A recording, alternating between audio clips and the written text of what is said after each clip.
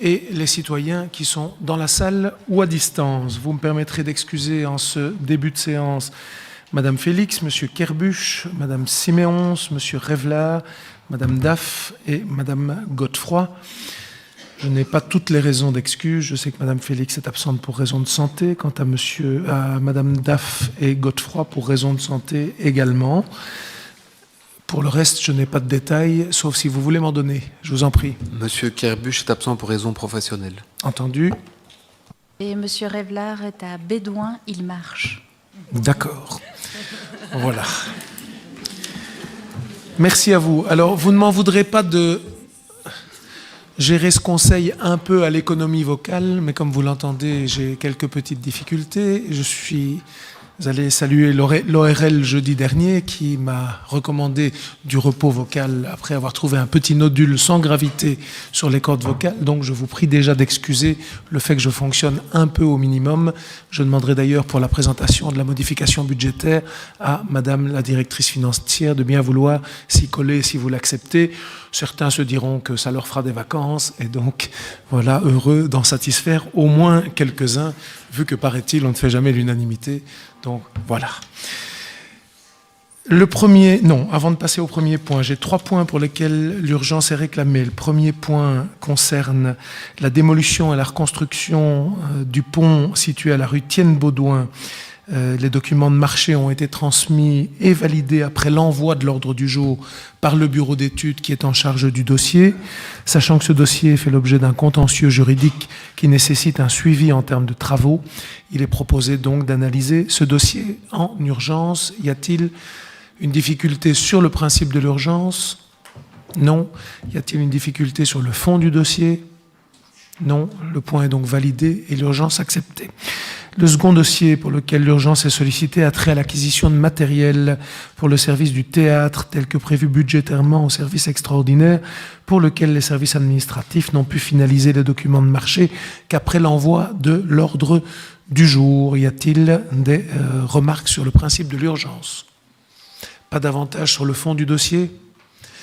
Et donc adopté à l'unanimité. Le troisième point porte sur un retour à la normale concernant l'éclairage public. À partir du 1er mai, y a-t-il des difficultés sur l'urgence?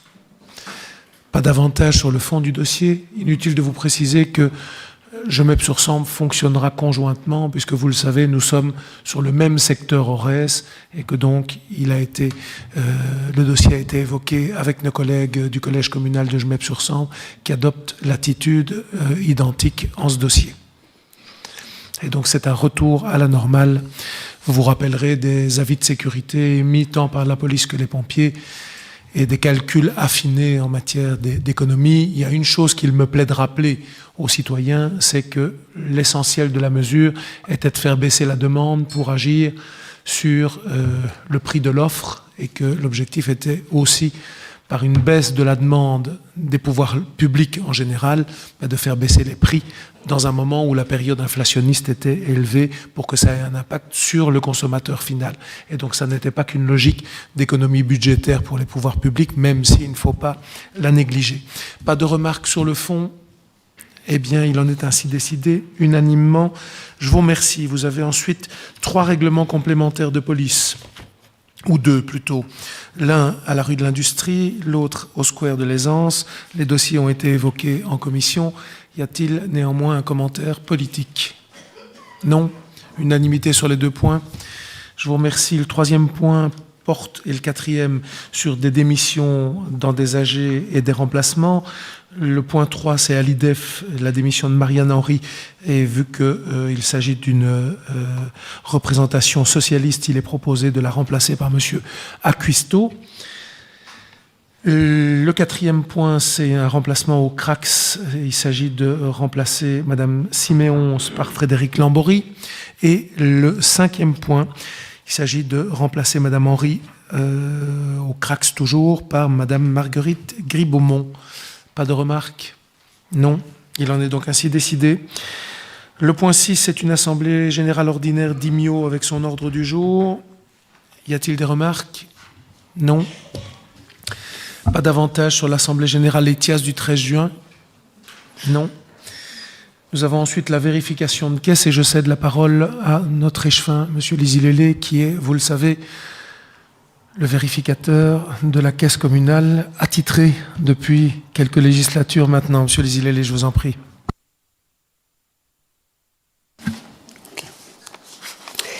Le 9 avril de cette année, évidemment, j'ai vérifié le 3e et 4e trimestre 2023 et les vérifications de la récapitulation des comptes généraux et comptes particuliers ainsi que du tableau de synthèse laissent apparaître des soldes identiques et le contrôle démontre qu'il n'existe aucune différence et les chiffres sont devant vous. Merci, M. Lizilele. Y a-t-il des remarques sur cette vérification de caisse? Non. Alors, je vous suggère d'aborder la modification budgétaire dont je dirais qu'elle est pour l'essentiel technique et qu'elle enregistre une série de reports de crédits, mais je cède la parole, comme je vous l'ai demandé, et merci pour votre compréhension, à Madame Charles, qui va nous brosser la morphologie globale dans les grandes lignes de cette modification budgétaire numéro 1, tant à l'ordinaire qu'à l'extraordinaire. Madame la directrice financière, je vous en prie. Oui, alors voilà, donc la modification budgétaire numéro 1 2024 est proposée ici par le collège, un petit peu à l'avance par rapport à habituellement, parce que, comme on vient de dire, c'était vraiment au niveau technique aussi, d'abord et surtout pour pouvoir inscrire sur des projets qui sont avancés et qui devraient être attribués assez rapidement pour pouvoir les mettre en œuvre, en tout cas au niveau de l'extraordinaire. Ça, c'est la philosophie générale de la modification budgétaire, telle qu'elle vous a été présentée aussi en commission. Je vais revenir sur les chiffres principaux de cette modification budgétaire. Alors, comme vous l'avez vu, il s'agit ici d'une diminution, en tout cas à l'ordinaire, donc en premier lieu le service ordinaire. Donc, il s'agit d'une diminution du bonus général qui passe à 3 137 000 euros contre 3 181 000 euros. Donc cette diminution de 44 000 euros résulte du boni de l'exercice propre qui lui-même est en diminution. Ce boni à l'exercice propre est en diminution de 52 000 au budget initial. Il passe à 8 000 euros ici à cette modification budgétaire par rapport à plusieurs diminutions, notamment de recettes, qui sont compensées partiellement par une augmentation de certaines recettes, mais également aussi une augmentation de dépenses que je vais brosser ici de manière générale. Donc, comme d'habitude, vous le savez, on prend les 4 types de dépenses. Donc, il y a le personnel, le fonctionnement, le transfert et la dette, et seront suivis par les recettes de prestations, de transfert et également de dette.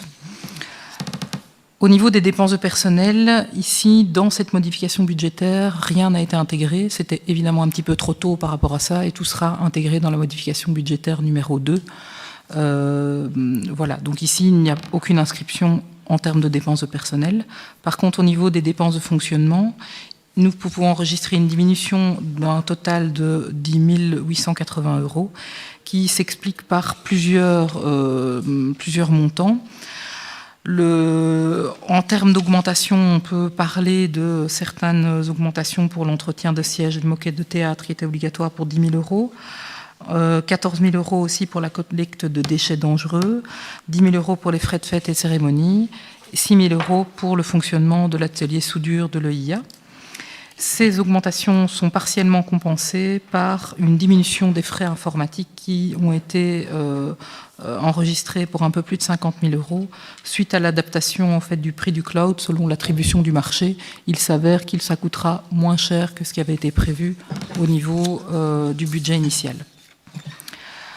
En termes de dépenses de transfert, on inscrit une augmentation de 20 000 euros par rapport au budget initial. Cette augmentation, elle est due à l'achat des poubelles, des poubelles pour la revente, c'est-à-dire que c'est surtout les poubelles carton qui sont en forte demande. Donc, d'une part, ici, vous avez une augmentation des dépenses de transfert qui seront compensées ensuite par des recettes qui sont inscrites de l'autre côté. En dépenses de dette, il y a une augmentation de 31 000 euros. Il s'agit évidemment de l'impact de la modification budgétaire au service extraordinaire que je pourrai détailler par la suite. Par rapport aux recettes, les recettes de prestations sont en augmentation de 30 000 €. Il s'agit des 20 000 € par rapport à la vente des poubelles dont on vient de parler en dépenses, mais également aussi d'une augmentation de 10 000 € par rapport à la récupération des frais de rappel qui sont envoyés et qui ont été réalisés ici en 2024. En termes de recettes de transfert, il y a une diminution d'à peu près 34 000 €. Cette diminution résulte surtout de, malheureusement, l'impact de l'information de la diminution du fonds des communes, où on a un peu une diminution de 169 000 €. Celle-ci est heureusement compensée par une augmentation des taxes industrielles compensatoires selon ce qui a été réalisé en fait en 2023. Il s'agit juste de l'inscription par rapport à l'avertissement extrait de rôle 2023 qui est reporté sur 2024. Donc on peut augmenter de 100 000 € cette taxe industrielle. On peut aussi augmenter le subside qui a été reçu au niveau des gens du voyage de 35 000 €, ce qui permet de compenser cette diminution partielle, en tout cas du fonds des communes. Au niveau de des recettes de dette, il n'y a pas de modification, ce qui fait qu'à la fin de cette modification au service ordinaire, le solde des provisions disponibles après l'utilisation et la constitution en 2024 s'élèvera à un peu plus de 9 416 000 €, puisqu'ici, aucune modification n'a été faite en termes de modification budgétaire à l'ordinaire. Je me propose peut-être de faire un break ici après la présentation de l'AMB. Pour ce qui concerne l'exercice ordinaire, y a-t-il l'un ou l'autre commentaire sur celle-ci? Madame Rota, je vous en prie. Donc par rapport aux modifications donc pour l'ordinaire, donc nous avons bien compris qu'effectivement ces modifications étaient demandées donc notamment en partie par le directeur général pour pouvoir avancer sur certains projets. Ça nous a bien été expliqué en commission. Néanmoins, nous allons rester donc dans la lignée de ce que nous votons d'habitude et donc ce sera abstention pour nous. Très bien. Y a-t-il, Monsieur Barberini, oui? Eh bien, pour le vote, ça sera aussi abstention pour moi, puisque le budget aussi avait obtenu mon abstention. Merci à vous. Madame Léa Lopez. Merci, Monsieur le Président. Également abstention pour les engagés. Oui, Madame Duchesne. Abstention pour le NR. Très bien. Rien d'autre? Eh bien, je suggère à Madame la directrice financière de poursuivre avec l'AMB concernant l'exercice extraordinaire maintenant. Voilà, donc au niveau de l'extraordinaire, le service extraordinaire évidemment est à l'équilibre. Nous enregistrons des nouveaux investissements qui subissent une augmentation de 7 500 000 € par rapport aux précédents travaux budgétaires. Il y a évidemment beaucoup de réinscriptions par rapport à ce qui avait été inscrit en 2023 pour pouvoir notamment attribuer les marchés. On parle d'une réinscription assez importante, c'est la réalisation du parking silo pour 3 400 000 €. Donc ça, c'était un montant qui était bien inscrit en 2023 et c'est donc un report. Il y a une augmentation par rapport au projet Plan Cigogne pour 1 million d'euros. Pour les voiries 2024, c'est une augmentation de 760 000 €. La rénovation de l'officierie, 500 000 €. 500 000 € également pour l'ancien hôtel de ville de Tamines. Ensuite, d'autres augmentations sont inscrites également par rapport à la réalité. Donc, c'est l'aménagement de la gare d'Auvelais, 271 000 €. L'entretien des voiries et des abords, 269 000 €. Les paiements d'avenant pour la rue du Rominet, 205 000 €. Les 110 000 € pour l'acquisition de la camionnette avec benne basculante, une réinscription de 2023 pour pouvoir attribuer. Également une réinscription pour l'acquisition des machines et outillages pour l'espace vert pour 68 000 €. La cartographie des cimetières pour 53 000 €. Le budget participatif des cultes, 50 000 €, c'est une réinscription de 2023, la non utilisée. Et une réparation de la statue Godaille pour 50 000 €. Ces montants vous ont été expliqués aussi en commission. Par rapport à la balise d'emprunt qui aura été donc définie par le CRAC, il faut savoir qu'après avoir inscrit l'entièreté de ces investissements, on atteint un peu moins de 90% d'utilisation après l'ensemble de la législature. Donc en conclusion, comme vous l'avez vu, il y a un équilibre à l'extraordinaire et un boni au niveau de l'exercice propre de l'ordinaire de un peu plus de 8 000 €. Merci Madame la directrice financière. Y a-t-il sur le volet extraordinaire des remarques particulières? Non? Monsieur Barberini et puis Madame Léa Lopez. Ben, pas de remarque particulière, si ce n'est que le vote sera le même que pour l'initiale. Bien. Madame Léa Lopez. Et en fait, nous constatons encore une fois à l'extraordinaire qu'il s'envole à nouveau et que l'on augmente de plus en plus. Donc ici, 8 millions d'euros. Donc je peux comprendre que le coût des matériaux pour certains travaux était difficilement estimable lors de la confection du budget. Cependant, je m'interroge sur certains postes qui n'ont pas été estimés ou largement sous-estimés lors de la confection de ce budget. Je prends un exemple le parking silo, on en a déjà discuté à plusieurs reprises. Autre exemple, l'achat de la sculpture pour Tamine de 50 000 euros. Ensuite, l'achat de matériel communal pour 110 000 euros supplémentaires pour le camion Ben. Alors, il faut savoir que la commune était au courant qu'il fallait de toute façon remplacer et acheter donc ce camion. Alors, pourquoi ne l'avoir pas prévu dans le budget initial ? Alors, l'acquisition à la gare d'Auvelais, on passe de 118 000 euros avec une majoration de 272 000 euros, majoration du double de ce Sur qui quoi, était pardon? prévu. Sur quel poste? Je n'ai pas entendu. Sur le poste de La gare. la gare d'Auvelais, exactement.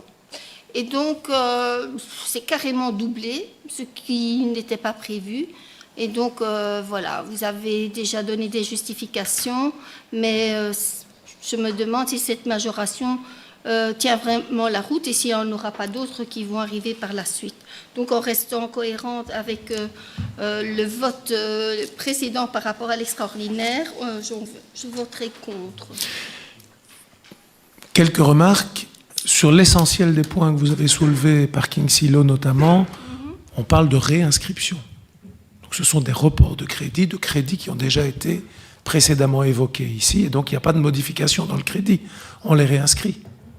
Donc il n'y a rien de nouveau par rapport à ça.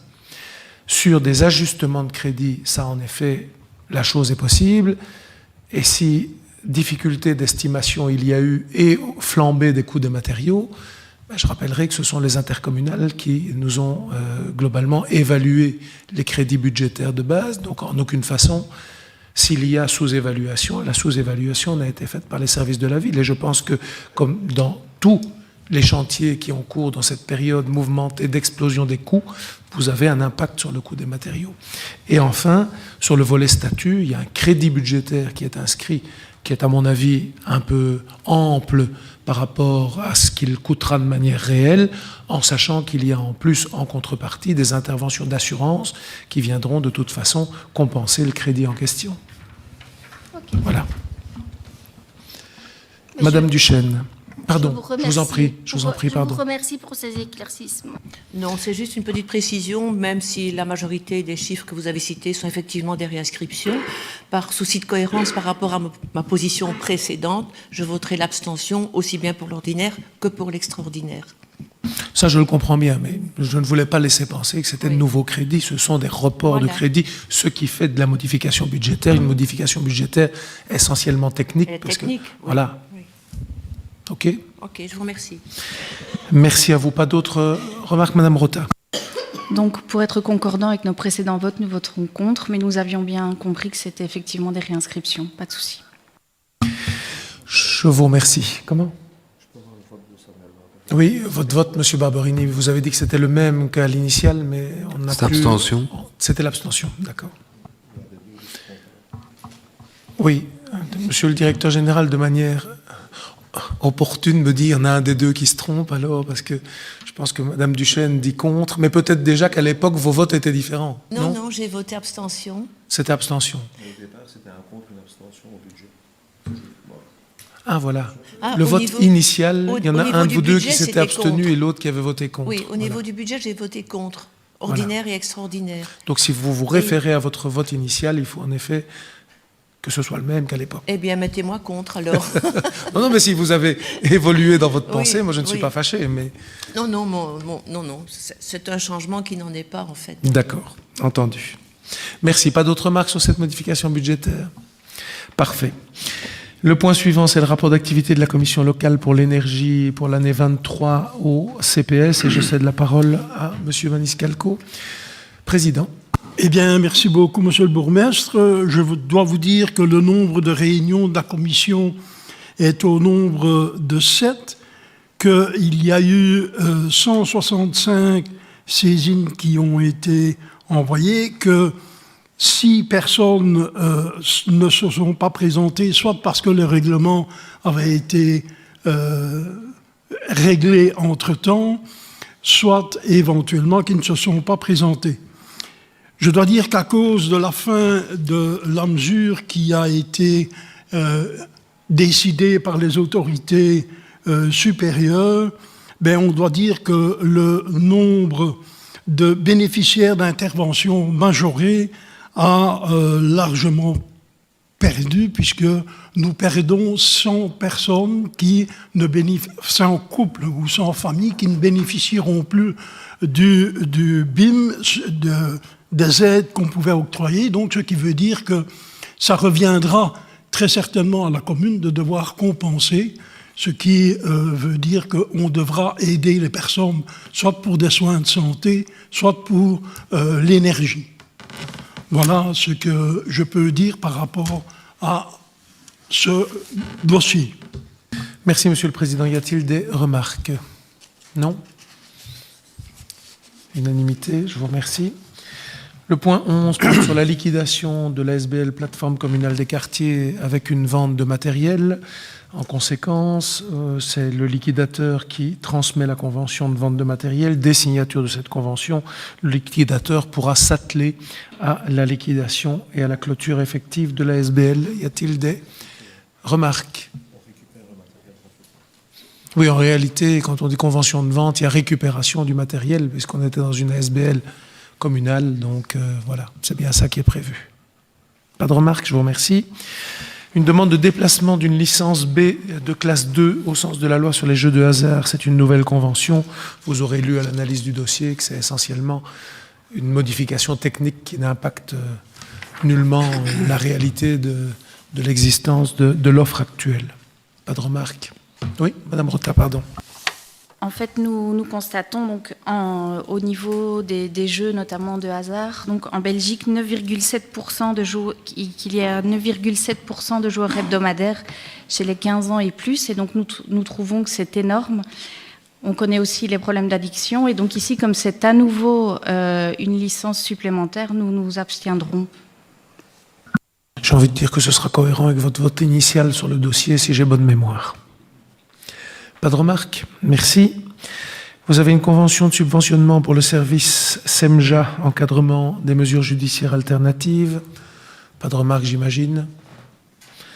Une convention entre les archives de l'État à Namur et l'administration de Sambreville avec une gestion des archives communales pour l'année 2024.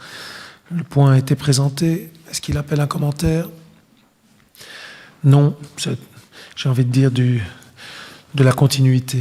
Le bois d'Arzé, le bois du Curé, le bois de la Prelle, c'est 3 ventes de bois.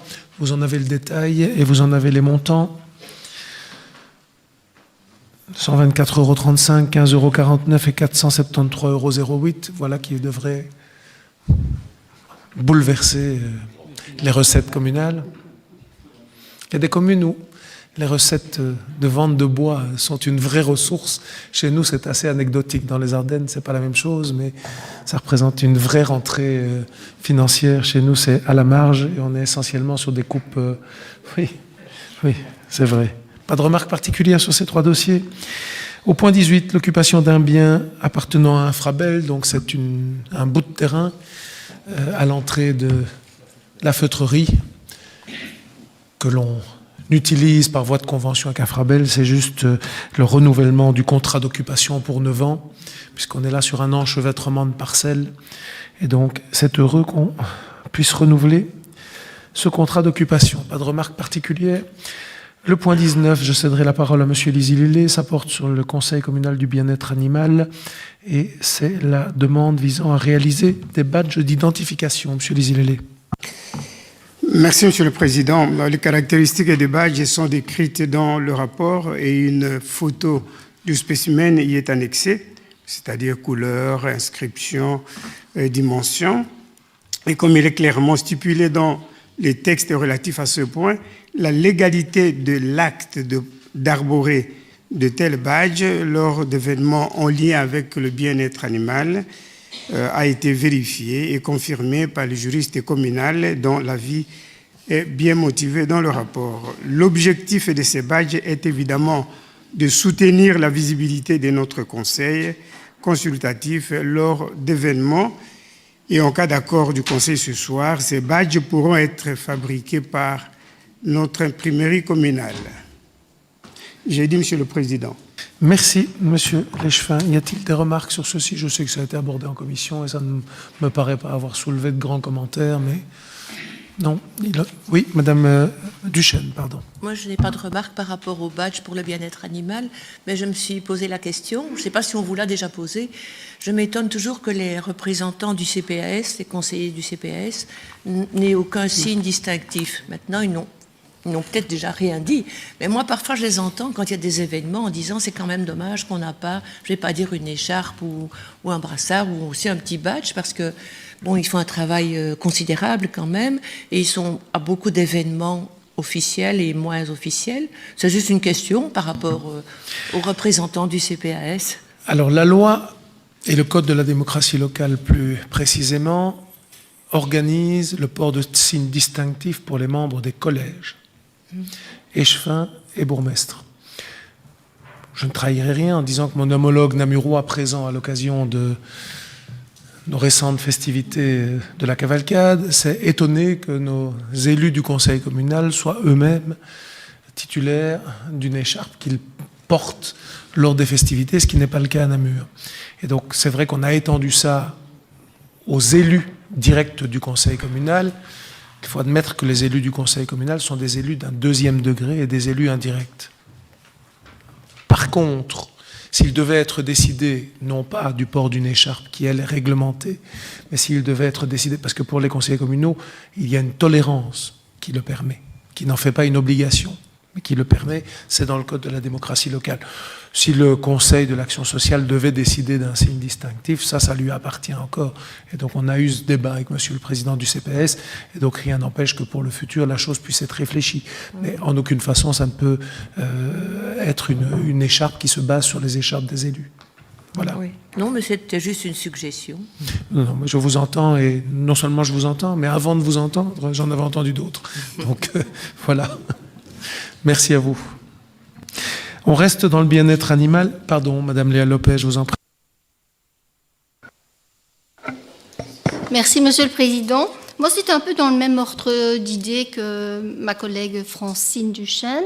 C'est de se dire, voilà, est-ce que d'autres conseils consultatifs, je pense notamment à la personne en situation de handicap ou aux aînés, est-ce qu'il serait possible aussi, s'il y a une demande, d'acquérir ce genre de badge ? Parce qu'alors, ça pourrait devenir un peu folklorique. Oui, c'est ça aussi la question. Ça deviendrait un peu folklorique. Enfin, voilà, c'était plutôt au niveau de la réflexion de discrimination. Je pense que si la demande était formulée, elle serait analysée comme celle-ci l'a été. Sur le plan du droit et sur le plan de l'opportunité. Voilà. Mais jusque-là, ça n'a pas été le cas. Oui, Monsieur Barberini. Je pense que les membres du Conseil du bien-être animal seront heureux de savoir qu'ils ont ouvert une brèche. Oui, mais à bon escient, hein, je ne dis pas ça. Après, je vous invite à être attentif à tous les mots prononcés par M. Lizilele dans l'avis juridique, et il s'agit bien d'activités en lien avec le bien-être animal. Donc ça n'en fait pas une décoration permanente. Voilà, c'est un badge d'identification pour les activités en lien avec le Conseil du bien-être animal. La demande des membres était d'avoir une visibilité, qu'on puisse les reconnaître quand ils participent à une activité. Voilà, tout simplement. Et il s'agit bien du territoire communal, bien sûr. OK. Nous restons dans le bien-être animal avec le règlement relatif à l'utilisation du parc canin dans le parc des générations qui, vous le savez, sera inauguré prochainement et la date est déjà connue puisque ce sera le 19 mai prochain. À vos agendas. Avec une journée conjointe d'inauguration d'une part, de de grande inauguration du jardin des Sombre-Villois avec la journée du bien-être animal dans le parc le même jour, ce qui était l'occasion de faire cohabiter deux événements et d'utiliser une infrastructure destinée aux animaux dans ce parc. Et donc, oui, M. Barberini. Et de nouveau, le Conseil qui voulait se donner une visibilité a une belle occasion de le faire grâce à cette journée conjointe. Parfait. Monsieur Dizilulé, si vous voulez détailler la procédure qui a vu la naissance de ce règlement et son écriture. La procédure est la suivante. Un comité a été constitué au sein du Conseil consultatif et ce comité s'est renseigné auprès des autres communes, dont Namur et ailleurs aussi, et ainsi que le règlement de services publics et de Wallonie. Alors, leur projet a été soumis au bureau directeur du Conseil et ensuite aux juristes, et il atterrit aujourd'hui sur la table du Conseil. Ces 12 articles qui définissent, bien entendu, tout ce qui concerne la préservation des lieux, la sécurité, et ainsi que l'assurer la tranquillité publique sous la responsabilité des propriétaires ou des détenteurs de ces animaux qui sont bien entendu libres sur le territoire de leur parc, moyennant des conditions qui ont été fixées dans les 12 articles. Merci, Monsieur Léchevin. Y a-t-il des remarques sur ce règlement? Oui, Madame Rota. Donc, nous sommes un peu perplexes devant le règlement mis en place. La présence d'enfants en bas âge étant même déconseillée, donc c'est... Voilà. Nous trouvons donc que le risque d'incident est énorme parce qu'il sera impossible de vérifier la maîtrise des animaux par leur maître. Le fait que les maîtres soient assurés que les animaux soient en ordre de vaccination, là aussi, il n'y aura pas de vérification directe, donc, ce qui serait d'ailleurs impossible. Donc cet espace se trouvera au sein d'un parc intergénérationnel. Nous trouvons un peu fou de laisser autant de liberté, de responsabilité aux maîtres. Parce qu'autant un animal, s'il est bien éduqué, il n'y a pas de souci, mais seront-ils tous bien éduqués pour pouvoir être lâchés en liberté au milieu d'un parc? Donc voilà, c'était... Je rappelle qu'on est dans un espace clôturé, oui, prévu pour la socialisation des chiens, et chaque maître reste forcément responsable de son animal. Mais j'ai envie de partir quand même sur le postulat d'un sens relatif des responsabilités de chacun. Alors, on ne peut pas toujours tout prévoir et tout anticiper, mais je pense savoir qu'on n'est pas les premiers à initier ce genre de choses. On a peut-être été dans la région les premiers à le mettre sur les fonds baptismaux, mais d'autres ont inauguré des lieux avant nous. L'annonce était d'abord chez nous, mais d'autres dans des communes voisines ont suivi, et c'est très bien, il y a de la demande, et je pense objectivement que ça fonctionnera. Et je l'ai dit à l'époque quand j'ai évoqué cette possibilité en collège lors de la réflexion sur ce parc. La première fois que moi j'ai été confronté à ça, c'est lors d'un déplacement à Atlanta, dans un parc aux États-Unis, où objectivement ça fonctionnait bien, et on en parlait très peu chez nous à l'époque, et on l'a mis très tôt dans notre réflexion.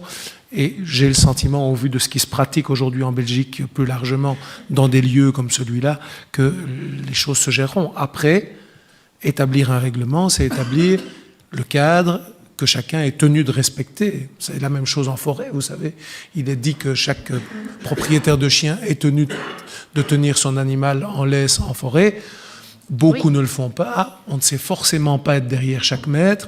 Il y a forcément des chiens qui ne sont pas tenus en laisse et qui ne posent pas de problème. Le jour où il y a un problème, c'est celui qui n'a pas respecté le règlement qui en est tenu pour responsable. Mais ici, ils ne seront pas tenus en laisse, justement. Non, ça c'est alors, le principe. autant en forêt, voilà, oui, c'est le principe du parc canin, mais 50 chiens, enfin, après, est-ce qu'il y aura 50 chiens? Mais j'imagine peut-être la petite mamie qui vient se promener avec son petit-fils et le petit bichon, et à côté, quelqu'un qui ne maîtrise peut-être pas un chien qui est un peu plus volumineux, voilà, il va falloir à mon avis, peut-être un peu de temps pour que les gens aussi peut-être osent s'y aventurer. Comme vous dites, c'est assez novateur. Donc voilà. Nous nous abstiendrons parce que voilà, on ne s'est pas vraiment retrouvé dans... Monsieur Barberini avait envie de réagir, je le voyais remuer sur sa chaise, donc je lui donne la parole. Merci. Bien, plusieurs choses. Premièrement, on parle bien d'un espace restreint dans le parc des générations qui est le parc canin et spécifiquement dédié à la sociabilisation des chiens. Deuxième chose, un règlement il en faut, c'est comme pour toute chose, monsieur le bourgmestre, vous l'avez évoqué, c'est pas parce qu'il existe que tout le monde va le respecter, on le sait, mais moi je respecte le 120 sur l'autoroute et je me fais souvent dépasser, donc voilà, c'est pas pour ça qu'il faut pas que la règle existe. Et troisième chose, ça a l'avantage aussi que à l'intérieur du parc se trouvent des gens avec un règlement qui existe, alors que à l'extérieur, c'est pas qu'il n'y a pas de règlement, mais les gens en ont forcément moins conscience. Or, les accidents que vous évoquez peuvent effectivement arriver sur la voie publique. Voilà. Merci, Madame Léal Lopez. Oui. Merci, Monsieur le Président. Bien, moi, je me réjouis en tout cas que ce projet voit le jour puisqu'il était inscrit dans notre programme électoral. Je dois dire qu'en Espagne, il y en a régulièrement des parcs canins. Et donc, il est bien stipulé à l'entrée le règlement. Il y a aussi une grille. Et donc, je ne vois pas d'inconvénient à ce qu'on ait ce genre de projet ici à Sombreville. Bien sûr, il y aura peut-être une période d'évaluation, peut-être des corrections apportées même au règlement, s'il le faut. Mais pour le projet, moi, je voterai pour. Merci. Oui, je pense en effet que l'évaluation, elle reste possible. Et on s'est basé sur le Conseil du bien-être animal pour l'élaborer, considérant que c'est là que les compétences les plus aiguës figuraient, sachant qu'il y a des vétérinaires autour de la table et d'autres spécialistes d'ailleurs. Monsieur Lisilélé et puis Monsieur Barberini. Bon, juste pour insister sur les sanctions. Article 10. Donc le comportement anormal est quand même stipulé et analysé là-dedans. Donc, voilà. L'idée étant évidemment qu'on n'en arrive pas à devoir sanctionner. Ça, j'entends bien que c'est préférable que ce ne soit pas le cas, mais en effet, comme tout règlement, il y a les infractions à la règle qui sont prévues. Monsieur Barberini, vous souhaitiez? Non. Oui, Madame Duchesne. Madame... Oui, après Madame Duchesne qui avait déjà demandé la parole. Madame Duchesne. Mais moi, par souci de sécurité, je m'abstiendrai aussi parce que je suis sceptique, parce que les règlements, c'est bien, il en faut. Mais personnellement, j'ai une amie qui promenait son bichon. Tout à l'heure, Madame Rota parlait de bichon. Elle promenait son bichon en rue et en laisse. Elle a croisé quelqu'un qui promenait son berger allemand, qui était un chien dressé, obéissant, mais pas en laisse. Et je vous jure que le berger allemand, il n'a fait qu'une bouchée du bichon. Le temps d'amener le bichon chez le vétérinaire, il était mort. Bien sûr, le propriétaire du berger a indemnisé financièrement la personne qui a perdu son bichon. Mais il y a la perte financière, il y a la perte affective. Moi, je préfère avoir un peu de recul par rapport à ça pour voir dans la pratique ce que ça donne. Ceci dit, permettez-moi de vous préciser que ce sur quoi vous vous abstenez ou vous votez contre, c'est le règlement. Puisque l'existence d'un canicite ou d'un dog park a lui déjà fait l'objet d'approbation dans les dossiers antérieurs relatifs au parc. Donc tout ça a été voté par tout le monde. Donc ici, il s'agit essentiellement d'adopter le règlement relatif au dog park. Et donc moi, je suis preneur de tout amendement ou de toute remarque, s'il devait y en avoir. Mais ce sur quoi vous vous abstenez aujourd'hui, c'est pas sur le projet. Vous vous abstenez sur le règlement qui organise le projet. Voilà, juste pour la précision. Monsieur Barberini. Oui, donc comme vous le dites, effectivement, il vaut mieux avoir un règlement sur ce genre de projet qui existe et qui a été approuvé. Je voulais juste repréciser qu'effectivement, ce règlement a été établi par les gens qui connaissent le milieu canin, avec des vétérinaires, etc. C'était un groupe de travail interne à la commission communale. Merci. Je vous remercie. Vous avez l'ensemble des points de vue, M. Gobo? Oui. Très bien. Le point 22, c'est... Non, 21. Je vais trop vite. Ah oui, pardon. C'est les conventions relatives au placement de caméras sur des installations de distribution qui appartiennent à Orez. Donc vous savez que la commune a déterminé plusieurs sites sur lesquels des caméras de surveillance permettraient de détecter des comportements anormaux en en matière d'environnement, en particulier à proximité de Bulle à Vers. 10 sites ont été répertoriés. 10 poteaux appartiennent à Orez sur les sites en question. L'un à la rue Érali, l'autre à la rue Prédéaz, l'autre à la rue Frère Hugo. Le suivant à la rue des Alous, à la rue de l'Aisance, au cimetière des Français, à la rue Docteur Roméden et à la rue du Pont-Abième. 2 autres lieux sont utilisés et appartiennent à la commune. Il s'agit de la rue Nouvelle avec le cimetière de Cerise et la place du jumelage, non utilisée en ce moment parce que nous n'avons pas d'accès à la nacelle, mais cela sera rapidement réalisé dès que la nacelle sera à nouveau utilisable. Une convention relative au placement de caméras sur les installations Orez est donc nécessaire et c'est bien de cette convention dont on parle maintenant et sur laquelle il s'agit de se prononcer. Y a-t-il des remarques? Oui, Madame Rota. Oui, donc nous voterons pour, mais nous nous posions la question, donc est-ce que vous pourriez nous dire si les dépôts clandestins sont en hausse ou en baisse? Et parce que les riverains se plaignent régulièrement, mais nous aurions voulu avoir le retour des agents communaux concernés, en fait. Je ne vais pas vous répondre comme ça, mais je pense que intuitivement, et je l'entends dans mon oreille, je vous aurais dit à la baisse, mais vu que je préfère me baser sur des éléments factuels plutôt que sur de l'intuitif, je préfère l'objectiver. On avait déjà fait ce travail au moment où on avait évacué un certain nombre de poubelles publiques. Vous savez, et je parle sous le contrôle de l'échevin de l'environnement, que l'évaluation a été faite, qu'il va être reprogrammé le replacement à certains lieux qui sont évoqués comme pertinents des poubelles d'un autre gabarit, avec une autre section à l'entrée, etc., avec du tri sélectif. Et donc ça fera l'objet d'un dossier ultérieur. Mais donc déjà, à l'occasion de ce premier examen-là, il apparaissait que la mesure s'avérait favorable parce que dans les collectes de déchets sur la voirie publique et de mauvaise utilisation des poubelles publiques, on pouvait constater une baisse. Mais avec des chiffres, on l'objectivera. OK. Y a-t-il d'autres remarques sur ce point? Unanimité. Je vous remercie. Le point 22, c'est la mise à disposition d'un terrain qui appartient à Orez à la commune durant la période des travaux. Il s'agit d'un terrain situé à la rue de la Bâchée et vous avez une convention qui y est jointe. Est-ce qu'il y a sur la convention des remarques? Non. Unanimité. Je vous remercie. Le point 23. C'est une convention d'auteur de projet avec une gestion du ruissellement à la rue d'Arcimon et c'est le choix de l'application in-house. Je ne sais pas si notre échevin des travaux souhaite en dire quelque chose. Merci Monsieur le Président.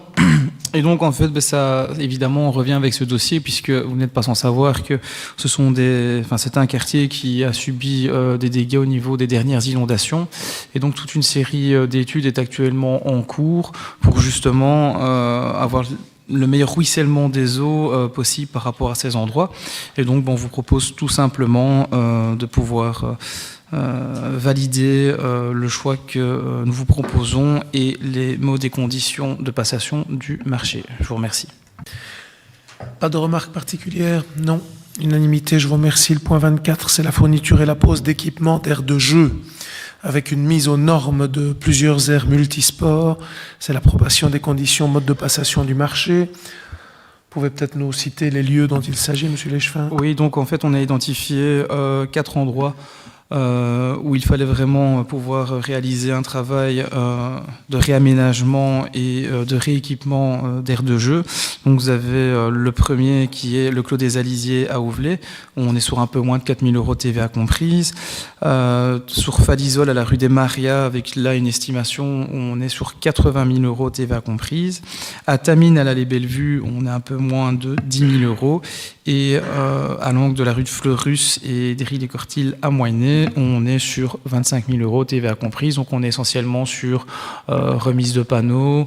On retire évidemment tout ce qui est terrain synthétique abîmé pour remettre du nouveau gazon synthétique et des nouveaux éléments. Donc c'est vraiment des gros entretiens qui sont importants à réaliser. Et je pense que juste pour citer, la dernière aire de jeu a un peu plus de 20 ans maintenant, et donc il est temps de pouvoir renouveler un petit peu nos aires de jeu. Merci. Pas de remarques sur le point. Unanimité, je vous remercie. Le point 25, c'est le Pic Pimassi 22-24, au secteur d'Auvelet, à la rue Sartel, avec des aménagements d'une zone cyclable. C'est l'approbation, les conditions de mode de passation du marché. On parle ici d'une estimation à 461 000 € hors TVA ou 558 000 € TVA comprise. Y a-t-il des remarques? Je sais que le dossier a fait l'objet d'une présentation en commission. Monsieur Barberini. Oui, ben je comprends bien qu'ici c'est plus technique, mais je pense que je m'étais abstenu, voire peut-être une abstention sur la rue François Sartel, l'aménagement. Donc je vais m'abstenir sur ce dossier. Vous êtes sûr qu'on ne parlait pas de la deuxième portion de la rue Sartel? Ici, c'est la portion qui part du haut du Rominet jusqu'au rond-point, jusqu'au carrefour. C'était l'autre portion. Et vous étiez abstenu sur l'autre partie de mémoire. Donc oui. C'est OK pour moi. Parfait. Madame Léa Lopez. Oui. C'est concernant donc les travaux de la rue François Sartel. Vu que les bus passent par cet endroit, je voulais savoir s'il y avait eu une mise en place concernant les déviations et que va-t-on vraiment travailler sur ce tronçon. Pour rappel aussi, cette rue est un axe principal pour rejoindre le Front Park notamment. Donc pour avoir quelques explications. En théorie, ça ne doit pas être un axe principal et on doit justement décourager le fait que ce le soit, pour encourager l'utilisation des rennes plus directes. Mais sur les aménagements, ils ont été présentés en commission, et donc on est ici vraiment dans l'optique rue cyclable, avec des cheminements cyclables, les cheminements tech, si je ne me trompe, dans la rue, et en gros, le réagrément de toute la voirie, de tout le complexe trottoir, de zones cyclables, et de la petite partie place de la Sarthe, avec 19 places de stationnement, sans compter une négociation en cours avec le SPW pour garder la maîtrise par voie de convention de la poche de stationnement, là où existait une friterie à un moment donné et où l'idée d'obtenir une convention avec le SPW nous permettrait de garder la maîtrise et de décider de ce qui s'y installe ou pas, parce que je rappelle par exemple que sur l'installation de cette friterie, ça s'était fait en plein accord avec le SPW, mais sans qu'on soit consulté. Donc c'est une façon qu'il ne vienne rien se situer dessus qui ne nous échappe et qu'on garde là une poche de stationnement dans le cadre de cette voirie. Je trouve que c'est une excellente idée. Tout ce qui est parking, je pense que nous sommes demandeurs. Mais merci pour ces explications. Et j'espère en tout cas que les signalements, les déviations et tout le reste seront bien communiqués pour que les riverains ne s'emballent pas sur les réseaux sociaux. Merci. Je ne sais pas si un bulletin d'information évite toujours l'emballement, mais en tout cas, il y en aura un. Monsieur Léchevin, je vous en prie. Juste en quelques mots, vous dire que les travaux ne sont pas prévus pour cette année, mais bien pour l'année prochaine. Donc, ne vous inquiétez pas si vous ne voyez pas de communication à ce sujet là tout de suite. Merci. Et on peut remercier le travail de notre bureau d'études sur le dossier. Le point 26, c'est une convention de service relative à des prestations de curage et d'inspection visuelle pour notre réseau d'égouttage, et c'est l'approbation de la convention. J'imagine que ça n'appelle pas de grands commentaires. Le point 27, c'est l'élaboration du schéma de développement communal, le SDC, avec l'approbation des conditions de mode de passation du marché. Monsieur Léchevin de l'urbanisme, vous avez la parole.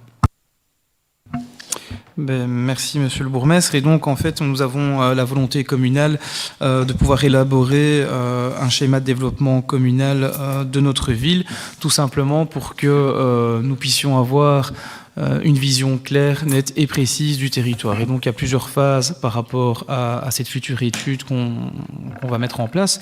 C'est-à-dire que la première, c'est une analyse du territoire. Ensuite, il y aura des visites sur place avec les personnes compétentes pour voir un petit peu les différents quartiers de Sambreville, bien analyser l'ensemble de notre territoire. Et ensuite, le projet sera développé au niveau du collège communal pour voir si on peut rentrer en adéquation avec celui-ci. Et donc vraiment, la volonté au niveau de notre aménagement, de notre urbanisme, c'est d'avoir vraiment une vision par rapport à notre ville et de se dire, ok, dans tel quartier, je prends un exemple, ça a du sens d'avoir des appartements. Par contre, dans d'autres quartiers, ça a du sens d'avoir un autre type d'habitat, de logement et d'aménagement. Et donc, je pense que c'est une question qui est souvent revenue au niveau de mes commissions et du conseil communal sur le fait de se dire, oui, pourquoi on accepte certains projets urbanistiques au niveau de certains quartiers et qu'on a des visions différentes ailleurs. Et donc ici, ça va permettre de pouvoir égaliser l'ensemble de cette vision et d'avoir vraiment une vraie boussole au niveau de nos services. Et le plus important et le plus concerné par cette étude, c'est évidemment le service urbanisme. Merci. Merci à vous. Oui, Madame Léa Lopez, vous avez la parole. Merci, Monsieur le Président. Bien, des analyses de notre territoire, on en a eu déjà quelques-uns. Donc, un de plus, ça ne fera pas de tort, j'ai l'impression, puisque ce sera une avancée pour le schéma de développement communal. Alors, moi, ce qui m'intéresse, c'est de savoir combien de temps va prendre cette étude. Bon, ici, on vote le cahier des charges dont j'ai pris connaissance, mais je voulais savoir dans quel laps de temps on aurait en tout cas les résultats de cette prospection. Avant de céder la parole à l'échevin, peut-être de vous indiquer que ce n'est pas une étude en plus, donc ce n'est pas une couche de lasagne supplémentaire, c'est une suite logique de ce qui a été fait jusqu'ici. J'espère. Avec globalement l'étude Pagano qui, elle, est une étude de vision et de stratégie du développement territorial. Vient ensuite une étude beaucoup plus factuelle, si je peux m'exprimer comme ça, avec la PDU qui, elle, s'inscrit dans un outil urbanistique et qui se décline après dans un schéma de développement communal. Et donc, c'est un continuum logique et donc c'est un aboutissement naturel de toute la démarche qui s'est menée. Et donc, ce n'est pas un empilement de plans et de remplans-plans, comme je l'ai parfois entendu au Parlement wallon. Quand le gouvernement annonçait des plans, on est ici dans un continuum logique sur un outil programmatique de vision territoriale. Mais je ne sais pas si l'échevin souhaitait lui ajouter quelque chose. Pour le timing, ce serait bien. En général, je ne sais pas si... Oui, non. Donc, au niveau du timing, ici, on va lancer le marché public. Une fois qu'on a des retours, c'est un travail qui va prendre plusieurs mois et je miserai vraiment sur au minimum 6 mois. Je vous invite à parcourir le cahier de charge parce que c'est un des critères dans l'attribution du marché d'ailleurs, le timing. Donc on en fait une des contraintes de l'attribution. Pas d'autres remarques sur ceci ? Est-ce qu'il y a des remarques sur le procès-verbal de la séance publique du 25 mars ? Ah, je retrouve M. Barberini. Le revoilà. Voilà, à propos des points 32 et 33, donc c'est sur les bornes de rechargement. Je m'étais abstenu sur les 2 dossiers, or il est noté unanimité sur les 2 points. Ce sera corrigé. Et je profite d'ailleurs de cette remarque pour demander si lors de votes différents dans un même groupe, on ne peut pas signaler qui a voté quoi, ce qui éviterait d'avoir des discussions comme on a eu tout à l'heure sur l'MB par exemple. M. Gobo, vous qui êtes le gardien de l'orthodoxie. Oui, on peut prévoir des votes nominatifs, ce qui alourdira considérablement la charge administrative sur tous les dossiers, parce que si c'est prévu pour un dossier, il faut le faire pour tous. Et pas nominatif pour un groupe en particulier, mais alors pour tout le conseil communal. Donc ça alourdira sérieusement administrativement. Ouais. On va faire autrement alors. Je signerai les différences dans mes interventions que je n'oublierai plus d'envoyer. Il n'y a plus tant de conseils que ça. Bien. Pas d'autres remarques sur le procès-verbal ? Non ? Eh bien, je vous suggère d'aborder alors les questions orales qui ont été portées à l'ordre du jour par certains de nos élus autour de la table. Le premier, c'est M. Starzinski qui souhaitait interroger le collège sur le label Handy City. Madame Godefroy étant excusée, vous savez qu'elle a la charge de la question de la personne handicapée ou en situation de handicap, pour le dire de manière plus orthodoxe une fois encore. C'est M. Dumont qui y répondra, puisqu'il y a quand même pas mal de points qui relèvent de l'aménagement de bâtiments, d'accessibilité, etc. Donc il y avait une sorte de cohérence. M. Starzinski, vous avez la parole. Merci Monsieur le Président. Début avril, les Sambrevillois ont pu prendre connaissance du fait que Sambreville s'était de nouveau vu attribuer le label Handy City. D'après la communication officielle qui a pu être faite, Handy City est un label qui vise à encourager les communes qui travaillent à l'inclusion des personnes en situation de handicap dans leurs différentes compétences transversales. Il récompense et valorise les différentes actions mises en place en faveur de la personne en situation de handicap. Au vu des réactions de que cette annonce a pu susciter auprès de la population, il m'apparaît intéressant de clarifier ce qui a conduit à l'attribution de ce label pour notre ville. Quels sont les critères qui ont été retenus et mis en avant dans notre candidature? Je vous remercie pour les éléments d'éclaircissement que vous pourrez nous apporter. Merci à vous, M. Starzyński. M. Dumont. Merci. Alors, Monsieur Starzyński, nous pouvons effectivement nous réjouir que ce label Handy City nous ait à nouveau été remis cette année, puisque c'est le cas depuis 2012. Cela ne signifie pas, bien entendu, que toute la ville soit parfaitement adaptée à la personne en situation de handicap et pour tous les types de handicap. Nous n'avons bien entendu pas cette prétention, mais nous avons la volonté ferme de construire des projets de manière inclusive. J'ai encore participé la semaine dernière à une action réalisée par un mouvement de citoyens qui avait l'impression que nous ne bougeons pas assez pour améliorer leur quotidien. C'était une action qui était ciblée sur Tamines et accompagnée du responsable du SPW pour notre district. Étant donné que les voiries principales du centre de Tamines sont régionales, nous avons pu expliquer les contraintes auxquelles la région wallonne est confrontée, mais également les actions qui peuvent et sont mises en place. Je peux citer par exemple un arrêt de bus qui a été retiré pour laisser plus de passage et d'aisance aux personnes à mobilité réduite sur le trottoir, ou encore des aménagements par la région wallonne du rond-point qui sont franchissables par les PMR dans le centre de Tamines. Malheureusement, excusez-moi de le dire, mais le comportement de certains automobilistes qui se stationnent là où ils ne devraient pas forcément se stationner entrave la mobilité des piétons et a un impact majeur sur les personnes à mobilité réduite.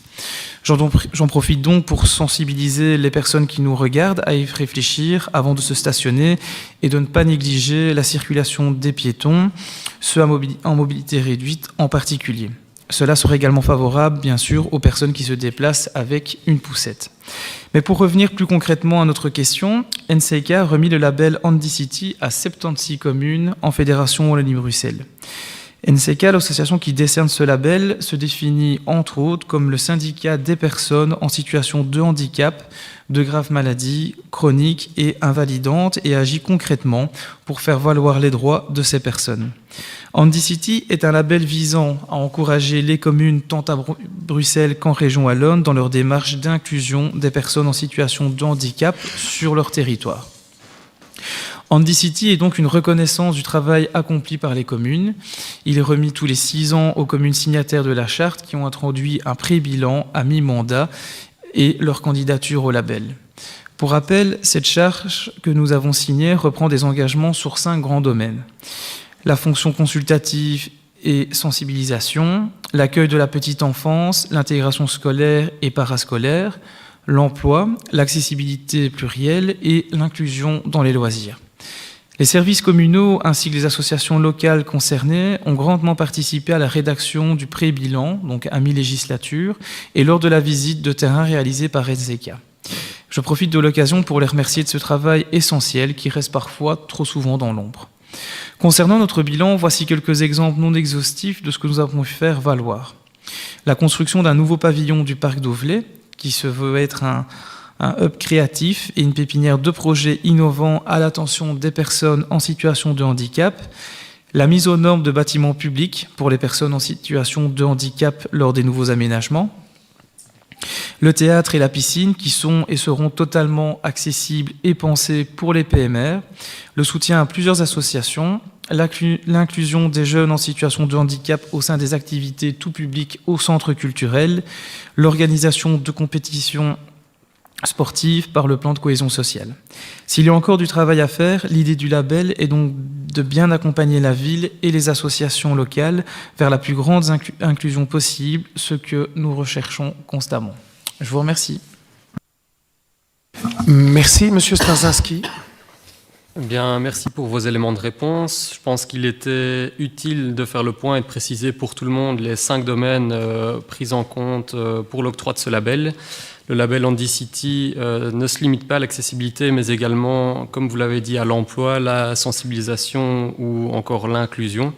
Je nous invite tout simplement à poursuivre notre soutien à l'ensemble des associations actives autour des personnes en situation de handicap et de réfléchir à l'aménagement de nos espaces publics lors des différents travaux de rénovation.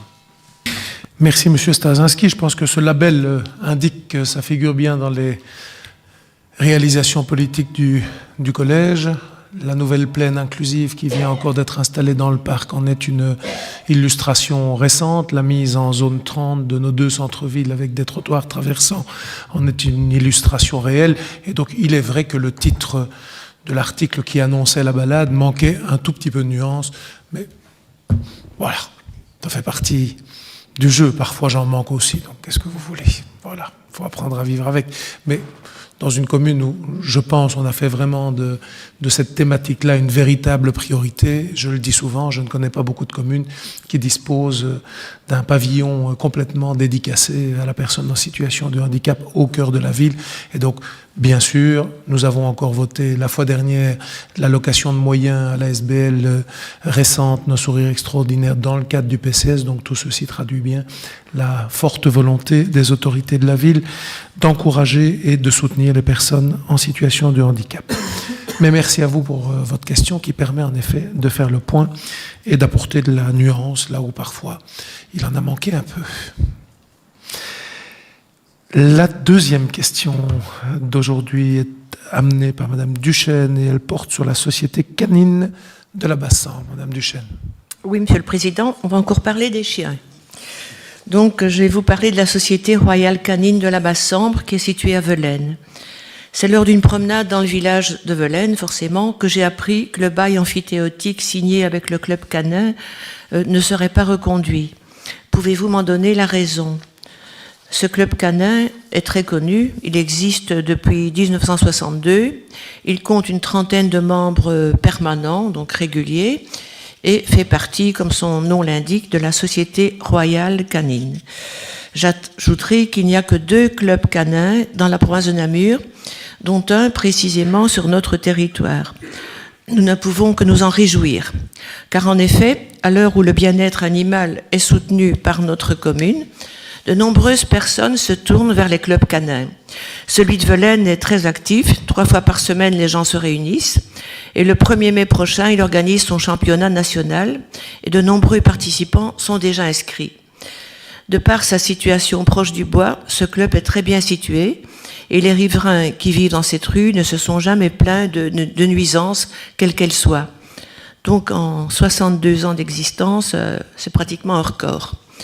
Outre son activité propre, ce club collabore toujours avec les différents événements qui se passent à proximité, comme les randos VTT ou, en novembre dernier, le parcours Halloween organisé par le comité des fêtes. La décision de la commune de ne pas reconduire ce bail m'étonne donc, et je souhaiterais vous entendre à ce sujet, car cette non-reconduction, si elle est confirmée, représentera un sérieux problème pour les propriétaires du club. En effet, ce bail vient à expiration le 30 mars de l'année prochaine. Il reste donc moins d'1 an pour trouver un autre terrain et déménager tant les installations extérieures que le mobilier, frigo, etc., qui se trouvent à l'intérieur du club. Merci Madame Duchesne. Alors, si les témoins de Jéhovah partagent parfois leur foi de maison en maison et de porte en porte, il y en a certains qui actuellement n'hésitent pas à utiliser la même méthode pour propager des fake news, ce qui leur permet de promettre que tout ira mieux avec eux. Ils créent donc la peur et se posent ensuite en sauveur. Alors vous allez me dire pourquoi est-ce qu'ils me racontent ça maintenant ? C'est la raison pour laquelle je profite de votre question pour rétablir la vérité quant au projet envisagé sur l'ancien terrain de foot de Velaines, puisque la réalité du terrain dont vous parlez ici est conjointe à cette volonté de développement sur un site qui est en zone à bâtir par ailleurs. Il n'est donc pas prévu, comme nous avons pu l'entendre ou comme d'aucuns le racontent, de développement de logements publics ou sociale à cet endroit. Il n'est pas non plus envisagé de construire de hauts immeubles à appartements pour accueillir des centaines de logements. Je me rappelle que ce terrain fait pas mal fantasmer. Lors des dernières élections, on allait raconter en porte-à-porte qu'il y aurait une mosquée sur le terrain. Donc il y a déjà eu beaucoup de choses sur ce terrain-là, avant qu'il y ait quoi que ce soit. À ce stade, une réunion de démarrage du dossier a eu lieu fin 2023 avec le BEP pour définir le meilleur projet possible au vu des réalités du terrain, de sa situation, de son environnement. À l'heure d'aujourd'hui, aucune option n'est validée, si ce n'est, dans mon esprit et dans ma volonté, un quartier qualitatif qui tienne compte de la localisation à l'entrée du bois et, si possible, avec une approche écoquartier, mais je ne veux pas m'enfermer trop vite dans un projet avant d'en maîtriser tous les contours, puisque l'étude est aujourd'hui en cours. J'ai même indiqué au BEP que je ne serais pas hostile à l'idée d'un quartier bois, etc., ou partiellement en bois dans les constructions. Ce sont des choses qui aujourd'hui sont à l'étude pour avoir un quartier de qualité connecté au bois de Velaines. Mais ne me dites pas demain, on est loin de ce que vous disiez. Je n'en sais rien. Pour le moment, ces questions-là s'étudient. Et donc, il faut, avec le BEP qui réalise l'étude pour compte de la ville, analyser le champ des possibles. Et donc, tous ceux qui aujourd'hui ont des réponses sont des imposteurs parce que nous, à ce stade, nous avons des questions.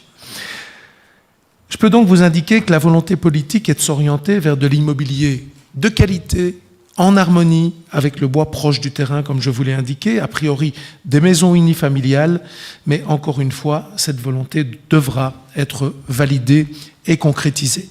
Nous parlons de la partie du terrain de foot qui n'est pas reprise en ZAC, une zone d'aménagement communal concertée. Pour rappel donc, les autorités communales peuvent décider de l'affectation d'une ZAC, mais elles doivent bien entendu justifier ce choix. Il nous est donc apparu cohérent de réfléchir la zone dans son entièreté, dans sa globalité, pour que les aménagements qui seront prévus n'entravent pas les développements futurs de la zone. Et donc le terrain auquel vous faites référence, qui est actuellement occupé par le Club Canin, fait partie intégrante de cette zone et se situe dans une zone à bâtir. Et donc on peut peut-être s'interroger sur la pertinence qu'il y avait à affecter à cette utilisation-là un terrain alors qu'il était en terrain à bâtir. Je dois vous dire que moi-même, je n'en avais pas la perception, et c'est quand on s'est intéressé au devenir des terrains de foot à Velaines qu'on a pris conscience du fait qu'il y avait là des terrains qui étaient en terrain à bâtir et qui avaient été utilisés en terrain zone communautaire. Alors, la raison pour laquelle le bail amphithéotique ne sera pas renouvelé, c'est celle-là. C'est cette volonté d'étudier la zone globalement. Mais nous avons bien entendu reçu les responsables du club pour leur expliquer la chose en amont de la décision, ce qu'ils ont compris. Nous avons, monsieur le directeur général en est témoin, reçu les responsables du club il y a quelques mois maintenant, dans un dialogue très courtois, très posé, où, je pense, nous avons été compris quant à nos intentions. Bien que nous reconnaissions la qualité du club canin, je voudrais néanmoins nuancer vos propos, parce que lorsque vous parlez de la présence de 2 clubs canins sur la province, cela est vrai, mais pour ceux qui pratiquent une discipline spécifique que l'on appelle le ring belge, qui intègre de la garde, de la défense et de l'attaque. Cette discipline est pratiquée par peu de maîtres, 50 à 60 chiens pour la Belgique. Si on parle de l'éducation canine, qui concerne un nombre bien plus important de personnes, étant donné qu'il s'agit des bases recherchées en priorité par les maîtres, les clubs présents en province de Namur sont bien entendu nombreux. Et s'il y a un lien à faire avec le bien-être animal, il est plutôt dans cette approche que la discipline spécifique de garde, défense et attaque. Mais nous nous écartons du sujet principal qui était de vous donner les raisons de la non-reconduction du bail amphithéotique qui, comme je vous l'ai indiqué, se justifie uniquement dans le cadre d'une réflexion du développement urbanistique cohérent sur une zone complète, parce que si demain il devait y avoir une construction de logements à proximité, je pense que vous dites qu'il n'y a pas de souci dans le quartier parce que les maisons en sont toutes distantes. Demain, s'il y a des maisons en proximité, la réalité sera tout autre, et donc on ne peut pas de facto condamner le futur projet à être attractif de façon moindre au regard de l'activité qui aujourd'hui y a cours. C'est globalement la même réflexion qui a pu exister par rapport au futur quartier de l'autre côté de la Sambre, ville plus Sambre plus ville, avec le silo à béton de Sobemo, où on a considéré que la cohabitation des deux fonctions d'habitation et de Sobemo d'un côté, et d'habitation et d'éducation canine de l'autre, serait à terme génératrice de difficultés, d'autant que la zone elle-même peut être réfléchie dans un développement intelligent et complet de la zone. J'ajouterai pour terminer que nous avons également proposé au Club Canin de continuer à jouir des lieux tant qu'aucun projet concret ne voient le jour, donc ils ne sont pas dans une logique d'urgence et on a tenu compte de leur réalité. Ils sont en recherche d'une alternative et ils savent qu'ils n'ont pas une pression maximale qui leur impose de trouver demain une solution à leurs difficultés. La volonté n'est bien entendu pas de les mettre en difficulté, et ce que je dis ici vaut pour Sobemo, où de la même façon nous avons laissé un sas suffisant de temps pour permettre le recul nécessaire à trouver une solution qui soit acceptable par toutes les parties. Mais la forme juridique d'un bail amphithéotique n'est en effet plus possible. Aujourd'hui, il y aura sans doute une autre forme à trouver pour leur permettre une extension d'occupation. Voilà ce que je pouvais répondre à votre question, Madame Duchesne. Je vous remercie. Mais moi, il y a deux volets à ma question. Bon, tout d'abord, vous me rassurez, parce que moi, j'ai vu ces personnes, les responsables du Club Canin. Vous dites qu'ils n'étaient pas stressés, mais moi, je ne les ai pas trouvés cool du tout. Ils étaient justement inquiets. Ils se mettent déjà à chercher un autre terrain. Jusqu'à présent, ils n'ont rien trouvé. Maintenant, s'il y a un projet de construction, le temps que ce projet se réalise, ça ne va pas se faire en 6 mois non plus. Donc, disons, la première question que je vous pose, et vous m'avez déjà répondu, il pourrait rester à cet endroit-là jusqu'au moment où on y voit plus clair sur le projet. Donc, il aura en effet été proposé de pouvoir permettre un timing supplémentaire, le temps qu'ils puissent se retourner, tant qu'il n'y a rien de concret, tant que rien ne justifie qu'ils doivent quitter les lieux, en effet. Oui. D'accord. Alors, le deuxième volet de ma question, vous avez parlé du terrain de foot. Bien sûr, je me doutais que c'est de ça qu'on parlait, mais régulièrement au Conseil communal, on parle de ce sujet, et chaque fois, on a eu des réponses, il n'y a rien de décidé, c'était assez évasif. Et maintenant, est-ce que vous vous dirigez vers un projet de construction ou pas nécessairement ? Alors, je sais que je vous demande ça parce que j'ai une proposition à vous faire. Non, mais moi, ce que je viens de vous répondre, c'est que nous avions confié le dossier avec des guidelines au BEP. Les guidelines, je viens de vous les donner. Logement de qualité, pas de densification massive, quartier, écoquartier type bois à explorer. Ça, ce sont les guidelines a priori. Avant de confier ça potentiellement à un promoteur dans le futur qui aura à le développer. Mais il faut d'abord en évaluer la faisabilité, en ce compris financière, et la portabilité pour un éventuel promoteur. Et donc, vous savez que j'aime citer ma grand-mère, je l'embrasse dans le nord de la France d'ailleurs, et vous savez ce qu'elle dit toujours, et je la cite souvent, il ne faut jamais danser plus vite que la musique. Donc ça, elle me l'a appris quand elle m'a appris à danser. C'est une des responsables de mon pas de danse avec Madame Davister et Madame Modave. Donc je les remercie toutes les trois, mais elles m'ont toujours indiqué que le rythme était quelque chose d'important. Et donc, vous voulez aller trop vite, je le comprends. Moi-même, je souhaiterais que les choses aillent plus vite, mais pour le moment, elles sont au stade de la réflexion et de l'élaboration. Et donc, je ne m'avancerai pas sur des choses qui aujourd'hui ne sont pas claires. Et donc, je suis par définition très étonné que d'autres aient des réponses là où nous avons des questions. Non, il n'y a pas de réponse. Si, ça je peux vous le dire. Ça m'est revenu par Madame Sim. Je ne parle pas de vous, en l'espèce. Vous interpréterez ce que vous voulez, mais je sais que des gens répandent des nouvelles sur Velaines en se posant en sauveur, en disant que quand ils seront bourgmestres, tout ira mieux. Mais toujours est-il que ça, c'est de la politique populiste et que je n'apprécie pas cette façon de fonctionner. Non, ce n'est pas du tout à ça que je pensais, Monsieur le Président. Je voudrais vous dire comment, moi je suis velainoise et je peux vous dire qu'à Velaines, il n'y a pas beaucoup d'endroits comme ça. Enfin, le terrain de football, c'est vraiment la catastrophe. Hein. Tout est à l'abandon, bien sûr. Mais je me dis, c'est un endroit où les gens vont se promener avec leurs enfants, ils font du vélo, ils promènent leurs chiens. C'est encore un petit endroit un peu calme. Et moi, je voyais mieux ce terrain, l'ancien terrain de football, aménagé comme un espace de convivialité, de mettre un petit peu de jeu pour les enfants. À Velaines, il n'y a rien. Il n'y a pas un toboggan, il n'y a pas une balançoire, il n'y a rien du tout. Il n'y a pas de banc pique-nique. On pourrait faire une piste d'athlétisme aussi tout autour. Donc ça pourrait être sport et loisirs. Moi, je voyais ça comme ça. Voilà. On a voté ici le fait de confier au BEP une étude. Donc je suis en train de demander qu'on retrouve les votes parce que je sais que la période est propice à ce qu'on change d'avis toutes les 2 minutes, mais moi il y a une chose que j'aime bien en politique. J'ai déjà parlé de mon idée, là, c'est pas la première fois. Je vais surtout regarder comment vous avez voté la convention au BEP. Oui, mais c'est bien vérifié. Oui, parce qu'à un moment donné, on ne peut pas dire quelque chose le lundi et avoir varié le jeudi. Donc j'aimerais savoir, au moment où on a voté la convention, quelle a été votre attitude. De vérifier une étude, ça ne veut pas dire que ça ne veut pas dire un accord de construction. Hein. C'est pas parce qu'on étudie qu'on construit. Unanimité. Je vous remercie, Monsieur le Directeur Général. Voilà qui permet juste de... Si certains ont des problèmes de mémoire, moi généralement j'en ai une bonne. Donc je me souvenais qu'il y avait une unanimité sur le point et j'avais plaisir à le souligner. Donc ça veut dire qu'ici... Unanimité sur une étude. Ça veut dire qu'ici nous avons collégialement décidé de créer un développement sur le site et de confier la réflexion du développement au bureau économique de la province. Et donc on peut, à chaque fois qu'on croise 2 citoyens ennemis, changer de cap et orienter sa voile pour satisfaire les citoyens qui nous parlent, mais moi je pense que la gouvernance d'une ville, elle justifie surtout qu'on ait une vision et un cap.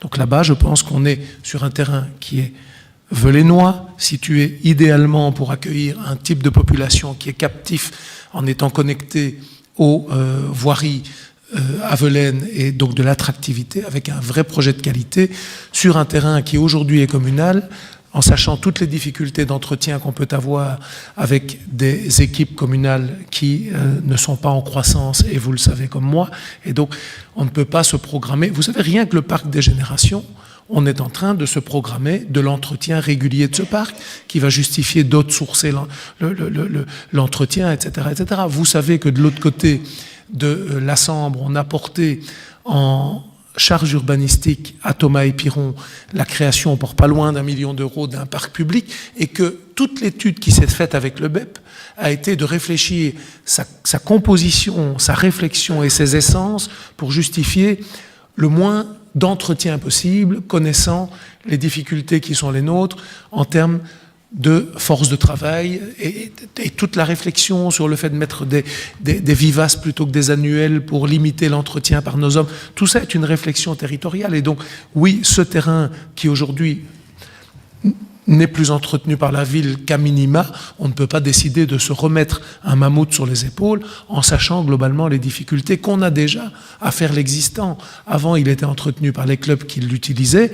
Aujourd'hui, les services n'y arrivent pas. Et donc, on pense qu'il y a là, en effet, un développement harmonieux à faire, et rien n'indique que, pour répondre à ce que vous dites, que dans une charge urbanistique imposée aux promoteurs, on ne peut pas, par exemple, envisager qu'il y ait un petit espace de jeu pour les enfants du quartier, etc. Donc ça n'est pas incompatible. De la même façon qu'on a mis en charge urbanistique un parc public de bords de Sambre pour ne pas privatiser les bords de Sambre et rendre les bords de Sambre globalement aux citoyens accessibles, etc., dans la logique Vigano. Encore une fois, tout ça s'inscrit dans une logique globale de vision territoriale. Et donc rien n'indique que pour autant il ne peut pas y avoir un petit espace qui soit avec le promoteur considéré comme une charge urbanistique où on offrira quelque chose dans le quartier. Et ça, cette idée-là, elle est entendue. Merci à vous, madame. Je vous propose d'ailleurs de garder la parole pour évoquer des ralentisseurs à la rue de Fleurus à Moignelay. C'est monsieur Léchevin des Travaux qui vous y répondra, madame Duchesne, je vous en prie. Voilà, j'ai été interpellée par un riverain de la rue de Fleurus à Moignelay, précisément. Je suis allée plusieurs fois sur place et j'ai pu constater que le ralentisseur placé juste devant sa maison, on parle du numéro 119, occasionnait beaucoup d'inconvénients, voire des dégradations à sa maison. Je précise que l'intéressé n'est absolument pas opposé au principe des ralentisseurs, puisque lui-même, il l'avait sollicité il y a quelques années. Mais les choses ont changé entre-temps. Au début de l'installation de ce ralentisseur, la vitesse était modérée et respectée. Ensuite, les techs ont effectué des changements. La ligne 147 a mis des bus à accordéon, donc des bus qui sont plus longs et plus lourds. En août 2023, les techs ont arrêté la ligne vers Fleurus. Mais pour compenser cela, la ligne 58 a été déviée, ce qui occasionne plus de charrois. De 5h30 du matin jusqu'en soirée, on constate 37 passages de bus à cet endroit. Le trafic est incessant. En outre, la route est déformée et se creuse, car il y a d'anciennes galeries de charbonnage en sous-sol. Quant à la vitesse, elle est excessive, car lorsqu'on vient du rond-point de la RN et qu'on descend cette rue de Fleurus, il n'y a aucun panneau de signalisation qui limite la vitesse à 30 km/h. C'est une fois qu'on a passé le ralentisseur qu'on trouve 200 mètres plus loin un panneau zone 30, mais il est bien temps. La vitesse excessive représente bien sûr un danger dans cette rue à forte densité de population et la largeur du ralentisseur ne freine pas vraiment le bus ou autre gros véhicule. Certains véhicules perdent même des pièces qu'on retrouve sur la chaussée. Et pour corser le tout, les maisons des numéros 112 et 114, ce sont des maisons voisines, présentent des fissures dues aux secousses sismiques. Je vous suppose bien au courant de tous ces inconvénients et de la dangerosité du lieu. J'ai d'ailleurs cru comprendre qu'un responsable de la commune était déjà passé sur place. La police de proximité aussi.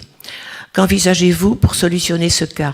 Selon le riverain concerné, placer un panneau zone 30 au croisement de la rue Van der Velde et la rue de la Closière permettrait déjà de ralentir la vitesse, ainsi qu'un autre en quittant le rond-point de la RN. L'idéal étant de placer un radar. Je vous remercie. Merci, Madame Duchet. Monsieur Dumont.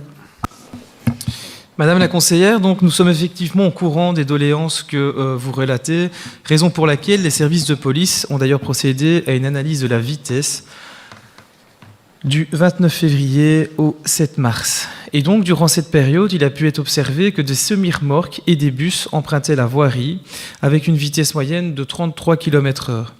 Par contre, beaucoup de camions circulent dans la rue avec une vitesse maximale de 55 km/h. Quant aux véhicules qui empruntent fréquemment cette voirie, effectivement, seuls 0,18% des véhicules étaient en excès de vitesse. Malgré le rétrécissement de voirie à hauteur de l'habitation 119, la vitesse maximale enregistrée pour les véhicules et les deux roues est respectivement de 67 à 84 km/h. Il est vrai que le gabarit de certains véhicules en agglomération peut donner un sentiment de vitesse excessif pour les riverains. Un rétrécissement de voirie étant déjà présent à cet endroit, seuls des contrôles de vitesse réalisés sporadiquement ou le placement d'afficheurs préventifs peuvent éduquer les différents conducteurs. La zone de police est d'ailleurs sensibilisée en ce sens. La diminution de la vitesse réglementée, actuellement 50 km/h, s'analyse par ailleurs au vu de ces éléments. Et finalement, concernant les potentiels dégâts aux habitations, j'invite les propriétaires à se tourner vers leurs assurances afin qu'un constat avec l'assureur de la ville puisse être établi et les responsabilités de chacun définies. Merci. Merci, Monsieur Léchevin. Madame Duchesne. Oui, en dehors des constats que vous venez de m'énumérer, est-ce que vous pourriez mettre, je ne vais pas dire un flash, mais quelque chose pour ralentir absolument la circulation? Ça, vous savez que c'est la police, hein, madame. C'est pas possible. Je dis, vous savez que c'est la police.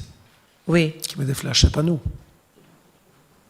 Oui, bien sûr, mais c'est la police, mais on peut être le relais aussi, quoi. Ah, mais ça, on ne manque pas de le faire. Parce que le policier de quartier est déjà allé plusieurs fois. Si nous avons des chiffres dans la réponse de Léchevin, c'est précisément parce qu'on a interrogé la police, qui nous fait un relevé de la réalité statistique et qui, comme je le disais tout à l'heure, ne réagit pas intuitivement, mais réagit sur des données objectives.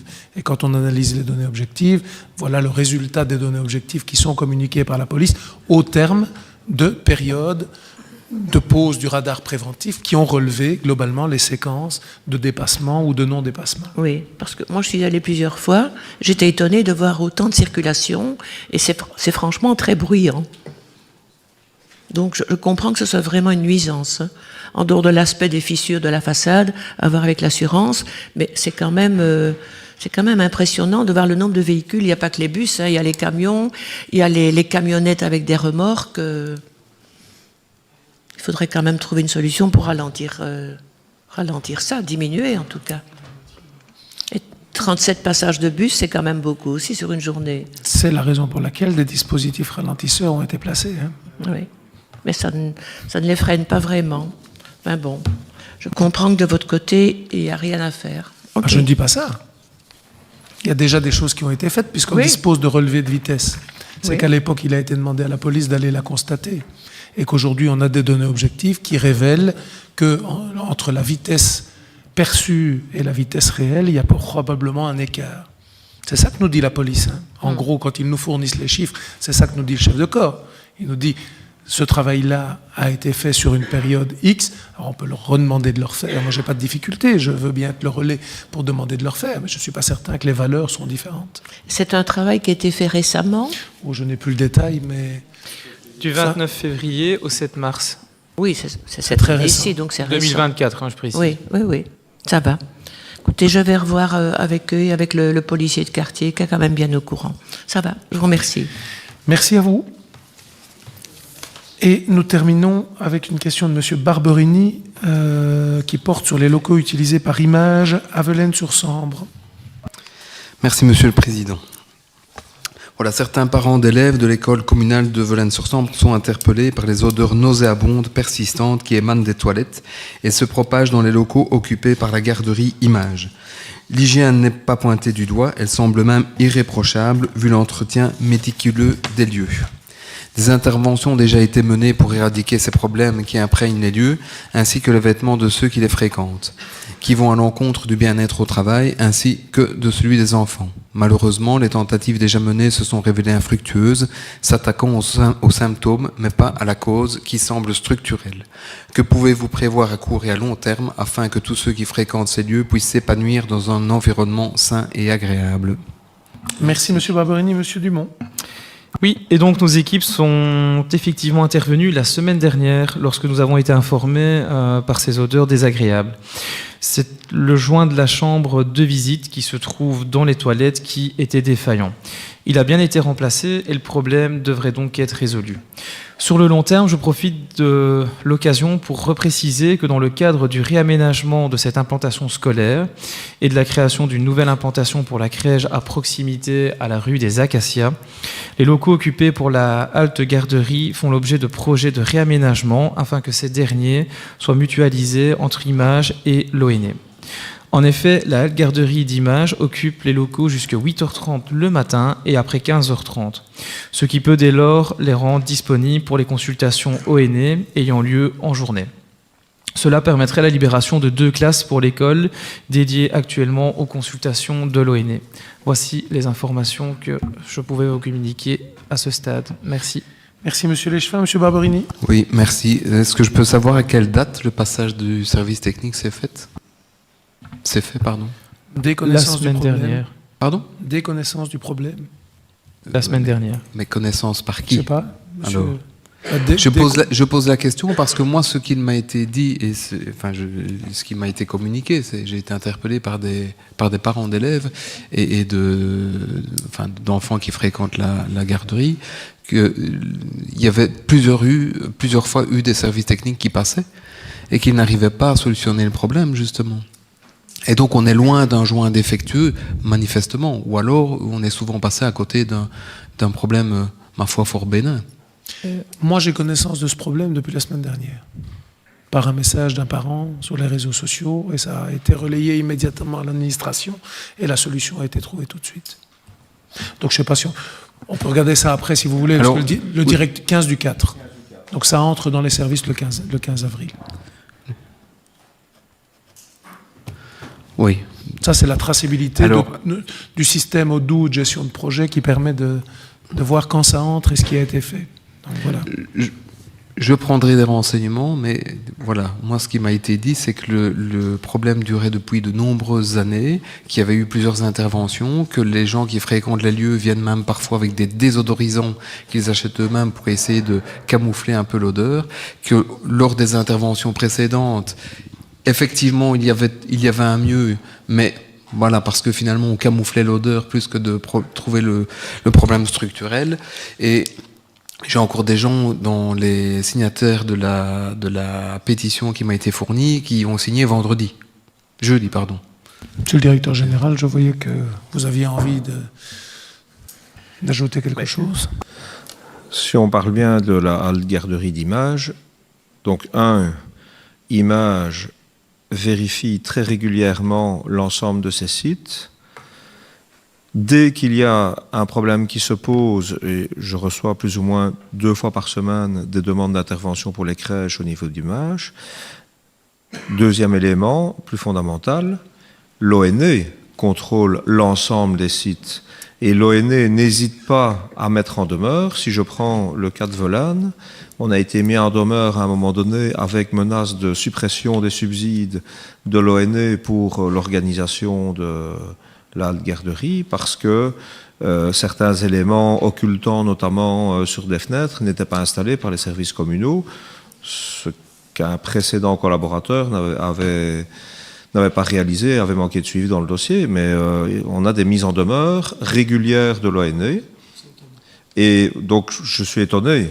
Maintenant, tout est possible, mais après, on ne sait vous faire que le retour que nous font. Et la directrice de l'école, qui nous a indiqué que pour elle, le problème était solutionné, et les services techniques qui sont intervenus sur place. Le principal, de toute façon, c'est qu'il y ait une solution.